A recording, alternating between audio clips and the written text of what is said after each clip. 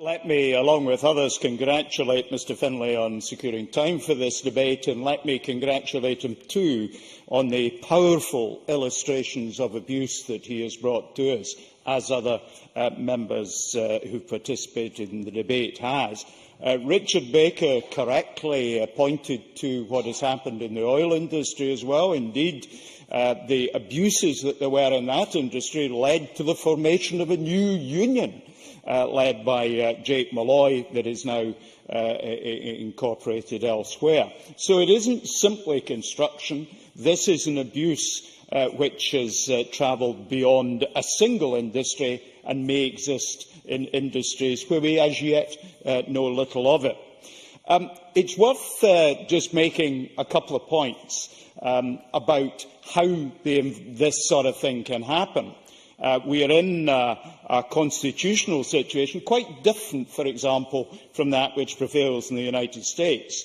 Amendment 6 to the US Constitution, which talks about a trial, says that people shall be entitled to a speedy and public trial by an impartial jury, to be informed of the nature and cause of the accusation, to be confronted with witnesses against them, the compulsory processes for obtaining witnesses in favour, and to have the assistance of counsel for his or her defence.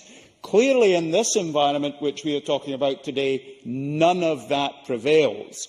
We've had UK companies abrogating to themselves the right to accusation, trial, conviction and sentence of individuals, privately constituted courts meeting in secret, denying all knowledge of the sentence to the accused, preventing access to a proper defence, lacking any oversight or accountability to public policy. It is, of course, illegal to deprive someone of their liberty without due process of law. It's illegal to deprive someone of their property without due process of law, but it's not clear that it's been illegal to deprive people of the right to employment without due process of law. John Wilson. John Wilson. Thank Mr Stevenson for giving way, but would Mr Stevenson accept that many of the allegations that were made against these individuals and placed on a blacklist were made by other individuals, and the blacklist was kept by individuals? It was not a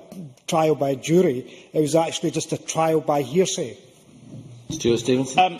John Wilson helpfully makes the whole point for me, that if there is to be an accusation made, a sanction laid, that has to be done in an open and transparent way that duly causes people to end up in a position where they are penalised. Virtually none, probably none, of the people who have been operated on blacklists fall into that category, and John Wilson is absolutely correct. The whole point is that every worker should be a safety officer. It's disgraceful that we've seen people placed on blacklists for trying to make their workplaces safer, for trying, in fact, the Conservatives should recognise, to promote the interests of their employers as well as of workers. So I think it is something that we should take extreme notice of. I'm coming to the end of my short contribution, Presiding Officer. I very much welcome the indications from ministers that this will be addressed in forthcoming legislation. I do point out, of course, that we are restricted in the powers that we have. In particular, we do not have the powers to control business organisations such as operated these. I hope that the Government can find a way to make sure this never, ever happens again in Scotland.